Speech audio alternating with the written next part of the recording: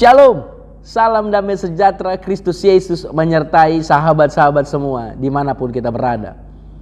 Hari ini kita akan bersama-sama belajar dalam program Bible Study Project bersama dengan saya Pendeta Yosua Astawajaya dengan tema Masihkah Kristus Yesus inti dari kekristenan?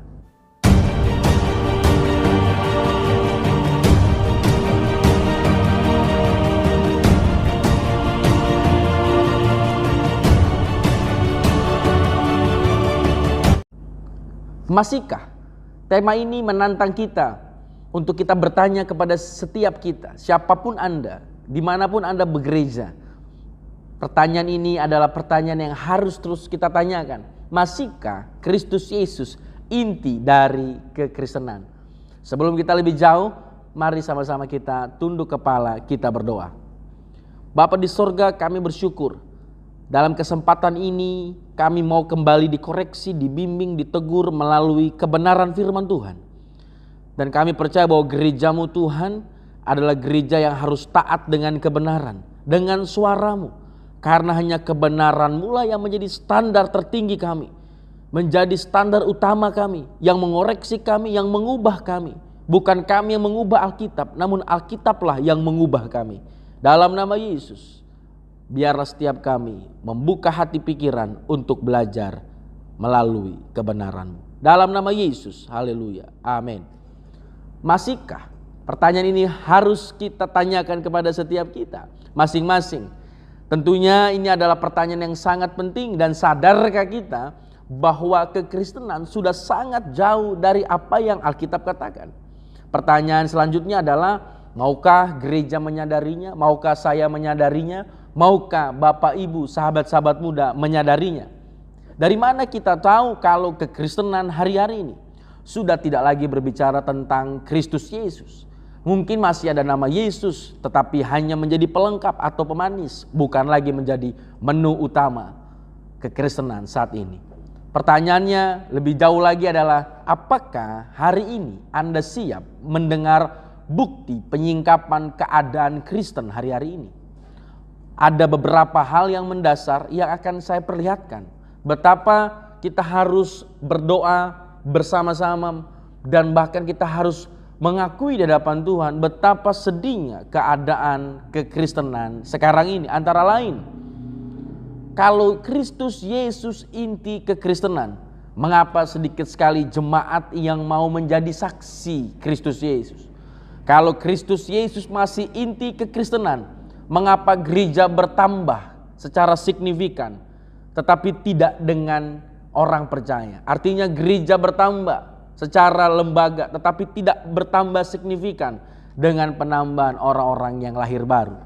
Selanjutnya, kalau Kristus Yesus masih inti kekristenan, mengapa banyak gereja Tuhan mulai lemas, mulai padam memberitakan Injil, tetapi berlari semakin serupa dengan dunia ini? Kalau Kristus Yesus inti kekristenan, mengapa banyak gereja sulit bergandengan tangan, padahal menyembah Kristus Yesus yang sama? Kalau Kristus Yesus inti kekristenan, mengapa masih banyak orang Kristen hanya menjadi orang Kristen di hari Minggu saja? Kalau Kristus Yesus inti kekristenan, mengapa masih banyak orang Kristen yang kalah dengan keadaan, mundur dari pelayanan, hidup dalam kekecewaan?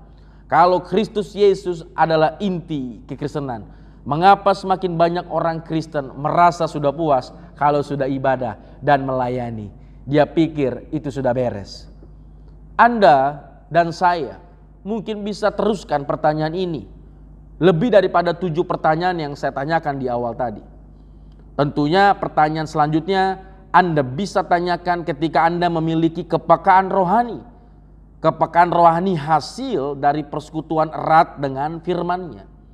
Ketika pertanyaan ini saya ajukan, itu juga berangkat dari persekutuan erat dengan firman Tuhan, lalu standar firman Tuhan dengan keadaan yang nyata begitu jauh bertolak belakang. Sehingga pertanyaan yang saya tanyakan tadi, itu belum semuanya. Setiap kita bisa menambahi lebih banyak dari yang saya tanyakan.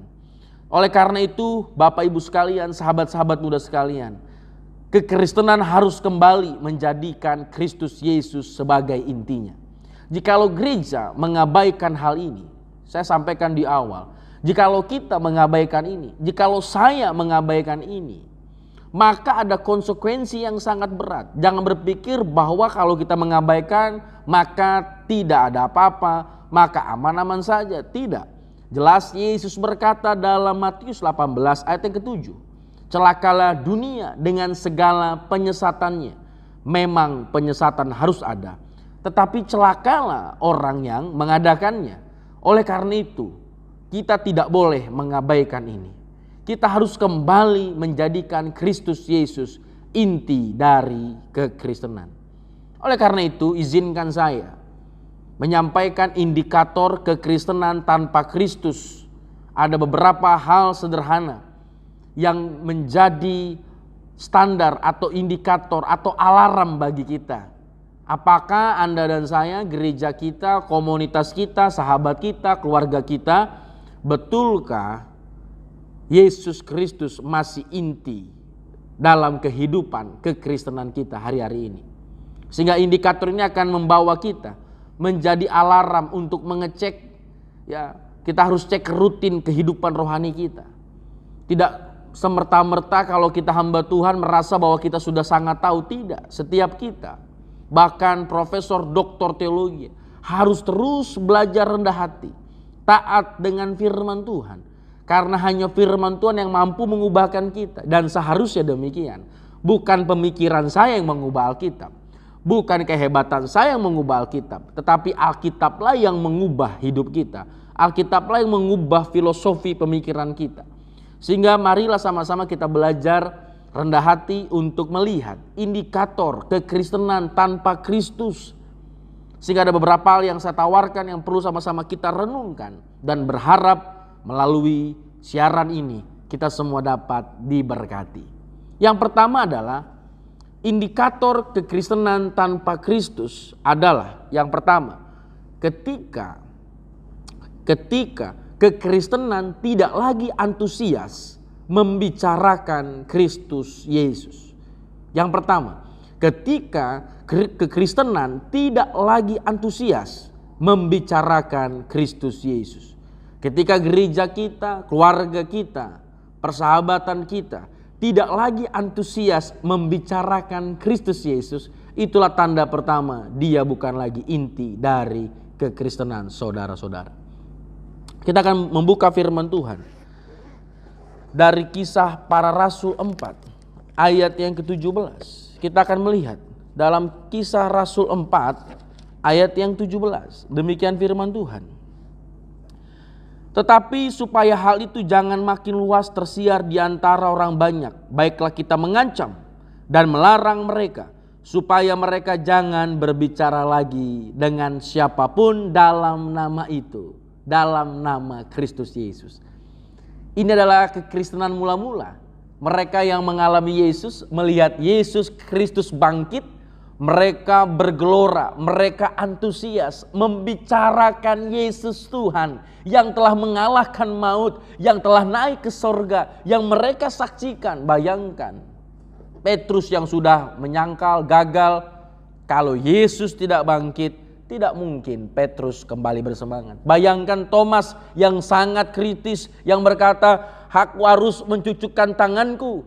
Dan ketika Yesus menampakkan diri di hadapan murid dan ada Thomas, apakah Thomas memegang lubang paku di tangan Yesus? Tidak, karena dia melihat kebangkitan Yesus. Orang yang sudah apatis, orang yang sudah menyerah, gagal, orang yang sangat kritikal seperti Thomas, ketika melihat Yesus bangkit, mereka bersemangat. Terlebih ketika Yesus naik ke sorga, mereka mengalami pencurahan Roh Kudus, mereka berapi-api, bersemangat memberitakan nama Yesus Tuhan.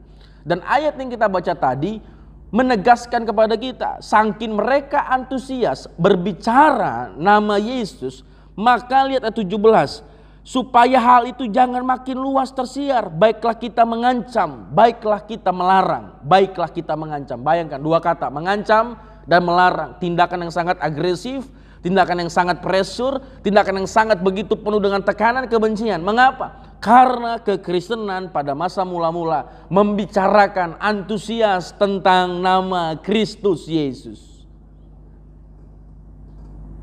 Itulah kekristenan mula-mula. Itulah kekristenan ketika Yesus masih menjadi intinya. Mereka selalu membicarakan nama Yesus. Sampai akhirnya semua orang yang takut nama Yesus, yang gentar dengan nama Yesus, mereka berkata jangan berbicara lagi dengan siapapun dalam nama itu. Sangkin artinya apa? Ada sebuah tindakan yang luar biasa. Ada dampak yang sangat luar biasa. Ketika orang percaya menjadikan Yesus sebagai intinya. Ketika Yesus Kristus, mereka terus antusias berkobar, menceritakan, memberitakan, membahas nama Yesus. Yang mati, yang bangkit, yang mengubahkan hidup mereka. Mereka selalu dalam percakapan membicarakan nama Yesus. Masihkah nama Yesus menjadi topik utama di dalam kekristenan kita? Yang kedua, kita akan belajar. Ketika kekristenan berfokus kepada hal-hal yang bukan Kristus prioritaskan. Yang kedua adalah ketika kekristenan berfokus kepada hal yang bukan Kristus prioritaskan. Mari kita buka di dalam Lukas 14. Ayat yang 18 sampai 20. Lukas 14 ayat yang ke-18 sampai yang ke-20. Saya akan bacakan bagi sahabat-sahabat Kristus semua. Ayat yang 18 sampai 20 dari Lukas 14. Demikian firman Tuhan. Lukas 14 ayat yang 18. Tetapi mereka bersama-sama meminta maaf. Yang pertama berkata kepadanya, aku telah membeli ladang dan aku harus melihatnya. Aku minta dimaafkan. Yang lain berkata, aku telah membeli 5 pasang lembu kebiri dan aku harus pergi mencobanya. Aku minta dimaafkan. Yang ayat 20 yang lain lagi berkata, aku baru kawin dan karena itu aku tidak dapat datang. Ketiga tipe orang ini adalah orang-orang yang berfokus kepada hal yang bukan Kristus prioritaskan. Pertanyaan bagi kita adalah begini. Apakah punya keluarga salah? Apakah punya ladang salah? Apakah menikah salah? Jawaban saya tidak ada yang salah. Tetapi yang salah adalah ketika antara Kristus Yesus dibanding hal-hal tersebut, mereka memprioritaskan hal-hal tersebut. Tidak salah punya ladang, tidak salah punya lembu, tidak salah menikah. Yang salah ketika di antara Yesus, ketika diperbandingkan, mereka memilih sebaliknya. Oleh karena itu, kekristenan adalah berfokus kepada hal-hal yang di mana Kristuslah pusatnya. Tentang ladang berbicara apa? Alasan tentang milik. Ayat 19 tentang lembu adalah persoalan pekerjaan. Lalu kemudian tentang aku baru kawin berbicara tentang keluarga. Bukankah ini klasik? Selalu alasan orang yang tidak menjadikan Kristus alasannya adalah harta milik atau pekerjaan. Yang ketiga keluarga. Selalu menjadikan alasan gak bisa ini, gak bisa itu, gak bisa melayani karena ada kerjaan. Karena mungkin ada milik yang harus dipertahankan. Atau bahkan alasan keluarga. Apakah keluarga menjadi salah? Tidak. Lembaga keluarga Tuhan yang bentuk. Bahkan lembaga keluarga adalah lembaga pertama yang Tuhan bentuk. Tetapi ketika kita jadikan keluarga sebagai alasan untuk menghalangi kita berjalan, melayani, bersemangat bagi Tuhan, itulah yang menjadi salah. Oleh karena itu Bapak Ibu sekalian, yang kedua bukti indikator kekristenan tanpa Yesus adalah ketika kekristenan berfokus kepada hal-hal yang bukan Kristus prioritaskan. Tentunya keluarga, tentunya harta milik adalah hal yang memang kita harus kelola dengan baik. Tetapi jangan sampai menjadikan alasan ini kita lupa membaca firman, beribadah, memiliki hubungan yang karib dengan Tuhan. Tidak menunggu hari Minggu, tapi setiap hari, bahkan dalam keluarga kita harus bangun mesbah kepada Tuhan. Bahkan dalam keluarga kita bisa melayani bersama dengan keluarga. Ada lagunya. Melayani bersama dengan keluarga. Bersama keluargaku melayani Tuhan. Sehingga jangan jadikan keluarga alasan tidak melayani. Padahal pujian berkata bersama keluargaku melayani Tuhan. Itu yang terindah. Dan jangan juga Anda pikiran kita dipakai oleh iblis. Oh, diajarkan keluarga itu nggak penting. Siapa bilang? Lembaga pertama yang Tuhan buat adalah keluarga. Jangan juga salah. Jangan juga menganggap, wah pendeta ini ngajaknya ke gereja mulu, keluarga nggak dipentingin. Oh tidak. Lembaga keluarga Tuhan yang ciptakan. Bahkan lembaga keluarga hamba Tuhan yang berkati. Bukankah gereja dan keluarga adalah satu kesatuan? Sehingga janganlah kita berdebat dengan hal itu. Yang salah adalah ketika kita salah pilih prioritas. Ketika kita menjadikan pekerjaan sebagai alasan, milik sebagai alasan, keluarga sebagai alasan. Terlebih indah bersama keluargaku melayani Tuhan, bersama harta milikku melayani Tuhan, bersama dalam pekerjaanku aku pun melayani Tuhan. Yang ketiga, bukti indikator bahwa kekristenan tanpa Kristus adalah ketika kekristenan diserang kepahitan. Bukti yang ketiga adalah ketika kekristenan diserang kepahitan. Kita buka dalam Ibrani 12 ayat yang ke-15. Ibrani 12 ayat yang ke-15. Demikian firman Tuhan. Jagalah supaya jangan ada seorang pun menjauhkan diri dari kasih karunia Allah. Agar jangan tumbuh akar yang pahit yang menimbulkan kerusuhan dan yang mencemarkan banyak orang. Jagalah supaya jangan ada seorang pun menjauhkan diri dari kasih karunia Allah. Melalui Kristus Yesus tentunya. Melalui Dia yang telah mati dan bangkit. Ada kasih karunia Allah. Supaya apa? Jangan tumbuh akar pahit. Artinya apa? Orang yang tidak dalam kasih karunia Allah. Orang yang menjauh dari Kristus Yesus. Pastilah orang itu diserang oleh akar pahit. Dalam artian lebih dalam, kalau kita masih diserang kepahitan, berarti kita belum menjadikan kasih karunia Allah yang dikerjakan Kristus Yesus sudah bekerja dalam hidup kita. Berapa banyak orang Kristen, dia mungkin sudah lama masuk gereja melayani Tuhan, tapi dalam pelayanan, di dalam dia mengasihi Tuhan, sepertinya ternyata dia masih menyimpan kedengkian, ketidaksukaan, bahkan rasa iri hati, antipati dengan pekerjaan Tuhan, hamba Tuhan. Atau mungkin orang-orang yang semakin maju bersama dengan Tuhan dia tidak suka. Karena jangan salah, serangannya adalah kuasa jahat yang seringkali mengecoh orang Kristen untuk tidak bersatu, untuk tidak berdamai, untuk tidak bergandengan tangan. Serangannya apa? Dengan kepahitan. Ketika iblis gagal menyerang melalui penderitaan penganiayaan, iblis menyerang lewat dalam, yaitu apa? Lewat kepahitan. Jangan heran ketika gereja Tuhan, kekristenan mulai luntur, mulai turun semangatnya ketika diserang dengan kepahitan. Oleh karena itu firman Tuhan sudah mengingatkan kita, menasihatkan kita, jagalah supaya jangan ada seorang pun, kalau istilah jenderal kasih perintah, jangan ada seorang pun, artinya satu nyamuk, satu lalat pun tidak boleh lolos dari pandangan orang Kristen yang menjadikan Kristus Yesus inti. Artinya kalau kita menjadikan Kristus Yesus ini dalam kehidupan kita, jangan biarkan diri kita pun, dari diri kita dulu, ada kepahitan. Makanya gereja Tuhan harus terus bergandengan tangan, terbuka satu dengan lainnya, heart to heart. Jangan sampai kita berasumsi dan di belakang layar kita akhirnya merasakan kepedihan, playing victim, mental korban, dan kita akhirnya tidak menjadi orang Kristen yang menjadikan Yesus sebagai intinya. Kalau Yesus, kasih karunia Allah itu bekerja dalam hidup kita, Alkitab jelas, jangan tumbuh akar pahit. Jadi sebelum batang pahit, sebelum buah pahit, akarnya pun tidak dikasih izin. Akarnya pun jangan dikasih izin. Nah, berapa banyak orang Kristen sudah sampai batang pahit, sudah sampai dahan pahit, sampai daun-daunnya rimbun, bahkan berbuah-buah pahit. Bahkan Alkitab bilang, jangan tumbuh, akarnya pun jangan tumbuh.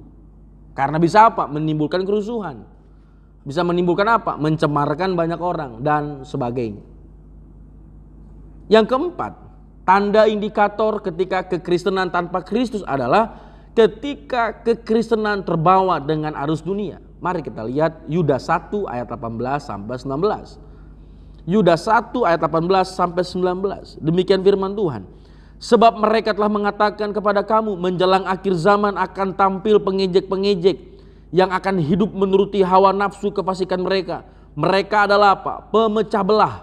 Mereka adalah pemecah belah yang dikuasai hanya oleh keinginan dunia ini dan yang hidup tanpa Roh Kudus. Artinya yang keempat, indikator kekristenan tanpa Kristus sebagai intinya adalah ketika kita dikuasai, ketika gereja dikuasai keinginan-keinginan duniawi.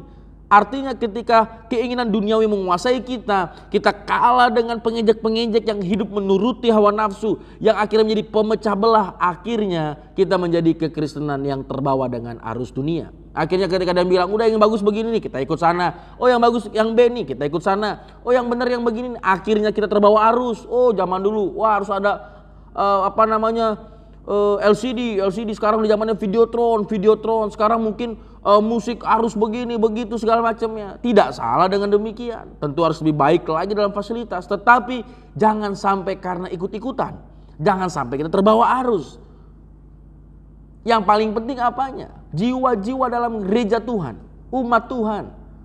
Hati gereja adalah bagaimana menjangkau jiwa-jiwa. Tidak salah punya bangunan yang bagus, tidak salah punya fasilitas yang semakin baik. Tapi jangan didasarkan karena wah yang sebelah sudah bikin, kita kapan? Jangan karena terbawa arus. Spiritnya, semangatnya harus memang karena kita sudah mengerjakan yang prioritas.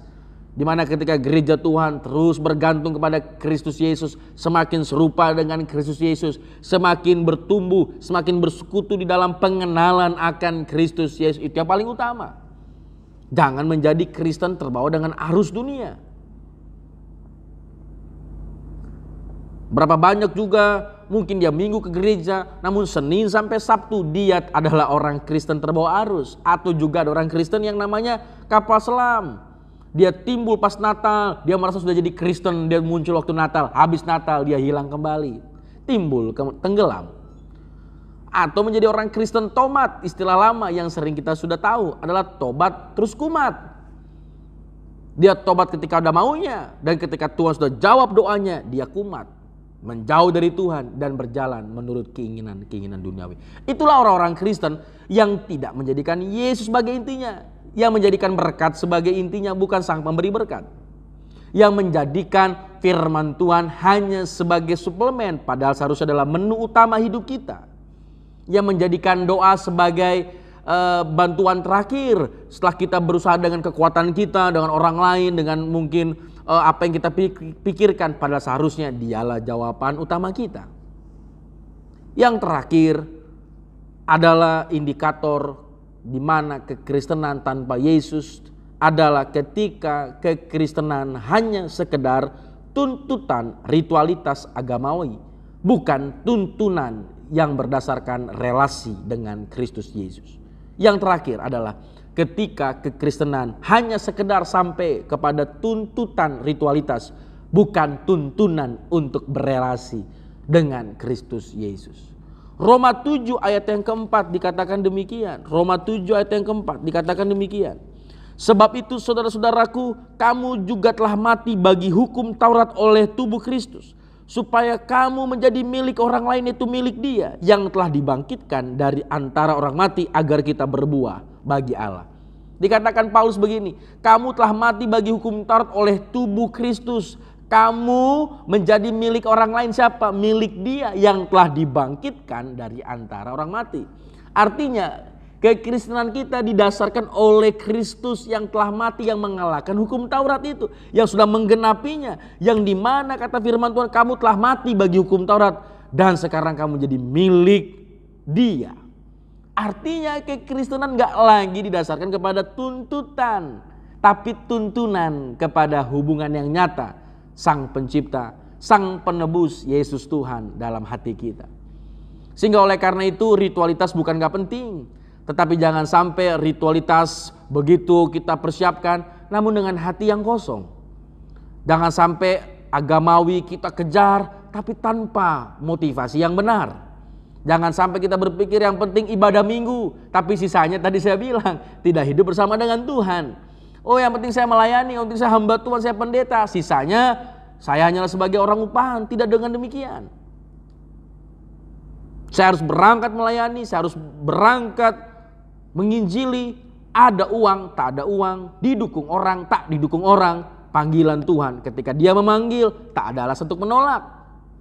Sehingga panggilan melayani, kalau kami hamba Tuhan adalah bukan lagi tuntutan. Oh iya, karena udah keburu ada berkat sehingga harus melayani. Tidak. Tanpa berkat pun, tidak ada berkat pun, bukanlah tuntutan, tetapi karena berelasi dengan Tuhan. Sehingga itulah Kristen dengan Yesus. Tapi tanpa Yesus semuanya menjadi tuntutan, semuanya menjadi beban, semua hanya menjadi keterpaksaan. Ketika kita mengalami Yesus, saya percaya kita akan bersifat natural, bersifat alami, mengasihi Tuhan, bersifat sukacita. Tapi jangan lupa selalu orang-orang yang mengasihi Tuhan, yang menjadikan Yesus sebagai intinya, pasti akan melahirkan kemaksimalan. Maksimal mengasihi, maksimal mengampuni, maksimal melayani, maksimal bekerja, maksimal belajar. Ada kemaksimalan yang bukan karena nanti dipuji baru maksimal, nanti dikasih promosi baru maksimal, entar senang baru maksimal. Tidak lagi oleh keadaan luar, tetapi karena Yesus sebagai inti kekristenan.